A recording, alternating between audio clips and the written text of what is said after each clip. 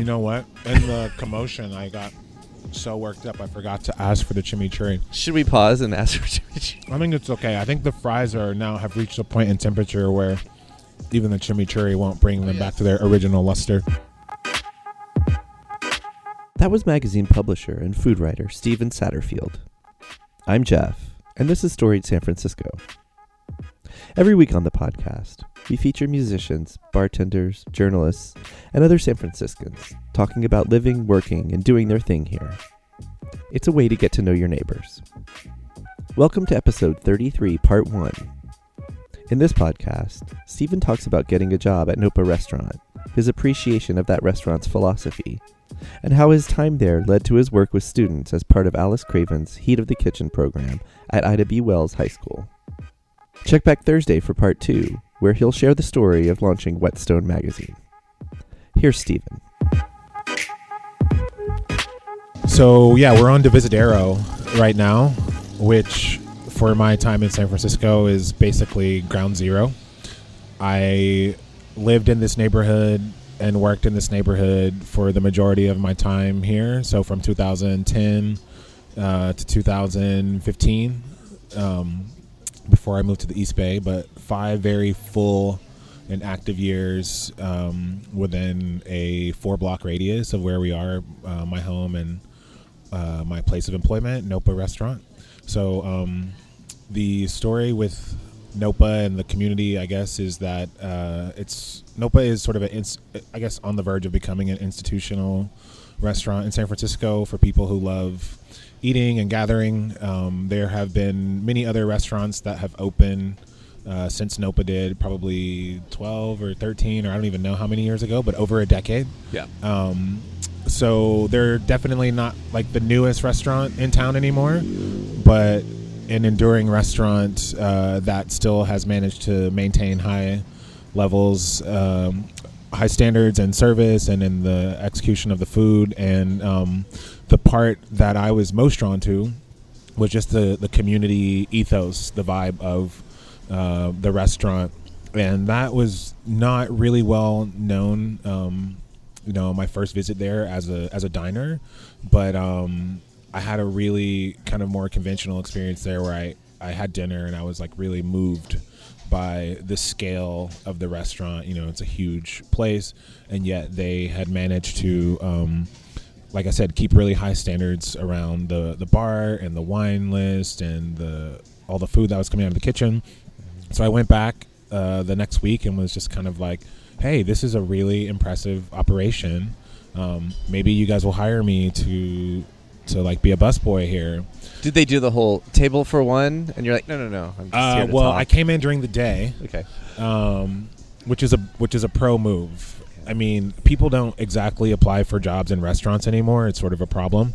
But if you are going to apply for a job at a restaurant, you're certainly improving your chances if you do so during the day. Right. Once the doors are open, people get really cranky about folks who are coming in looking for employment. Once it's like a secret handshake, Right.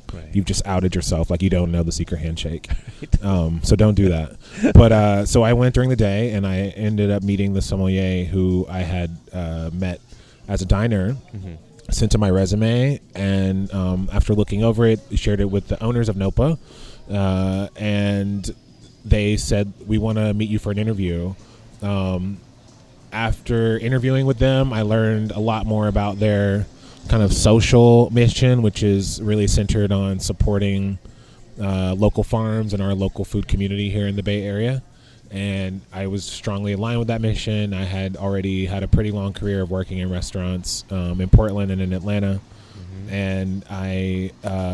so you were already kind of drawn to the place just from the dining experience. Yeah, then you learn more and you're like... Totally, yeah. I had, you guys. I think a lot of people who work in restaurants, when we dine out, we notice everything, and it's actually really annoying for people who don't work in restaurants because of people who do are like, oh my God, this little thing, that little thing.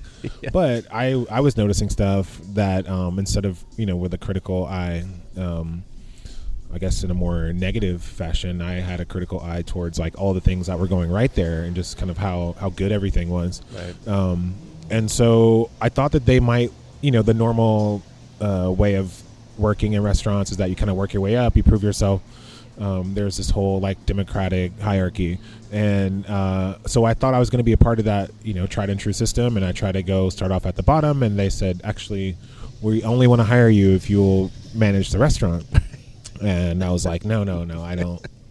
I've already done that. It's really... You're like, I've got my own latex gloves and everything, guys. I'm ready. No, it was like, I had worked in restaurants long enough to know that it's a really hard job to manage, especially a restaurant on that scale, Yeah.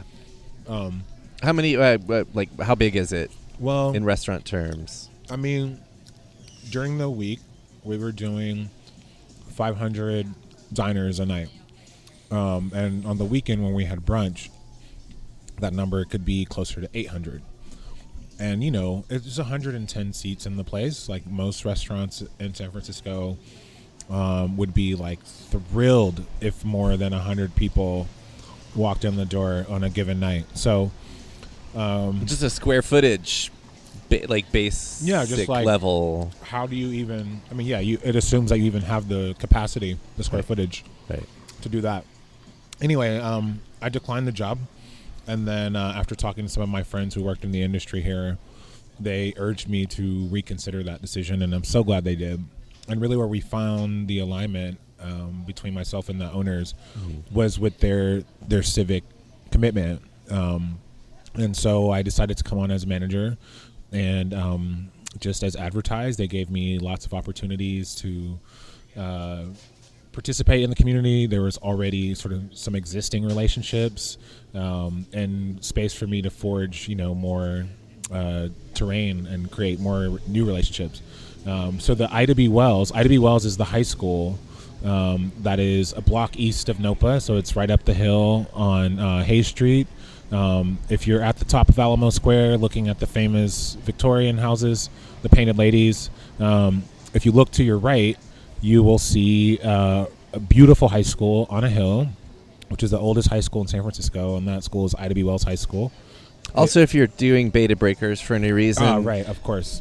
Which maybe it still happens right about the time you're starting to feel buzzed. Yeah. That big building on the left is Ida B. Wells. You know what? Maybe that's, especially for a San Francisco-centric podcast. We got to cast a wide net here. I think we hit a lot of people. Yeah.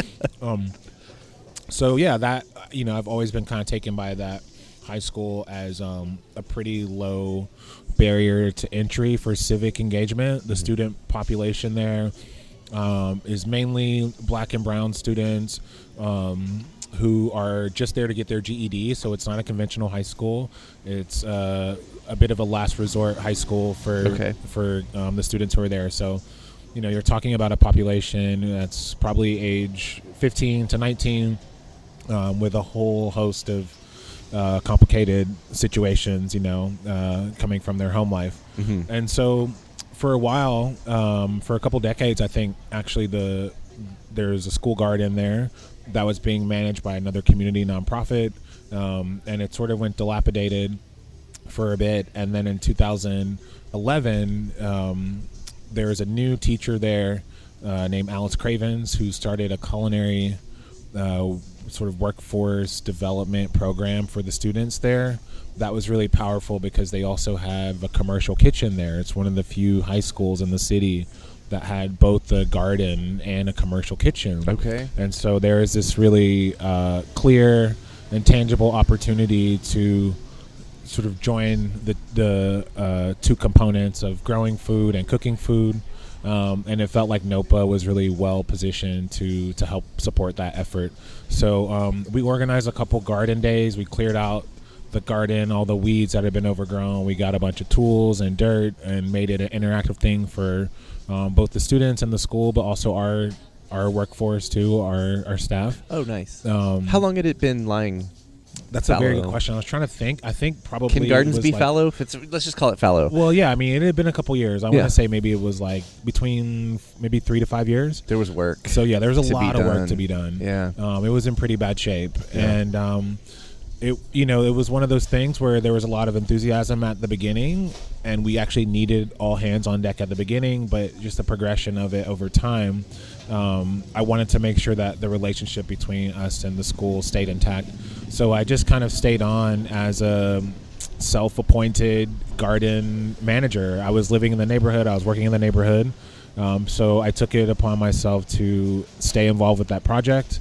And I mean, in some ways, at least with my relationship with Alice, I'm still tangentially supporting the growth of their program, although now it's pretty well integrated into the curriculum. Oh, nice. So it doesn't require the same kind of management or oversight on a community level. Right. And now the program Heat of the Kitchen is looking at other ways that they can actually expand their footprint in the city of San Francisco.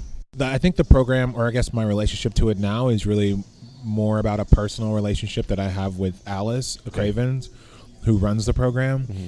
And I think that they're working on some really interesting ways to think a lot larger outside of what their impact can be with just the number of students who are enrolled on a quarterly basis, mm-hmm. into how they can summon the city of San Francisco and the restaurant community of San Francisco around some larger ideas about developing a workforce, especially for disenfranchised population of young people.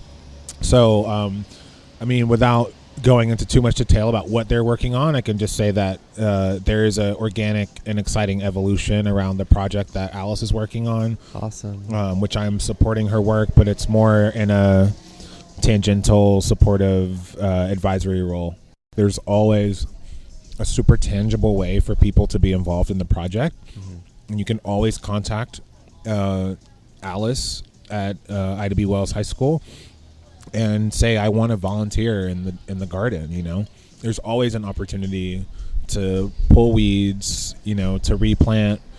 There's always stuff to be done in the garden. Mm-hmm. And that was really what I found so appealing, is that it's highly therapeutic. Mm-hmm. Like any state that you enter the garden with, you will always exit in a more relaxed state. Like you can't help it. Yep.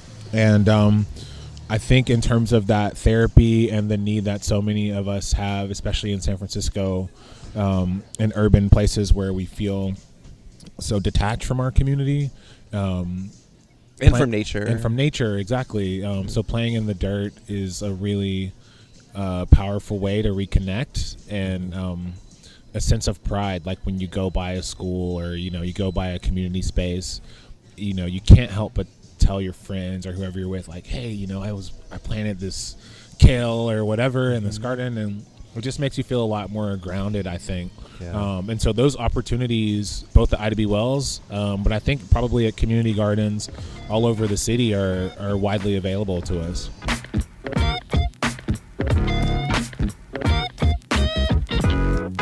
We recorded this episode at 4505 Barbecue in May 2018.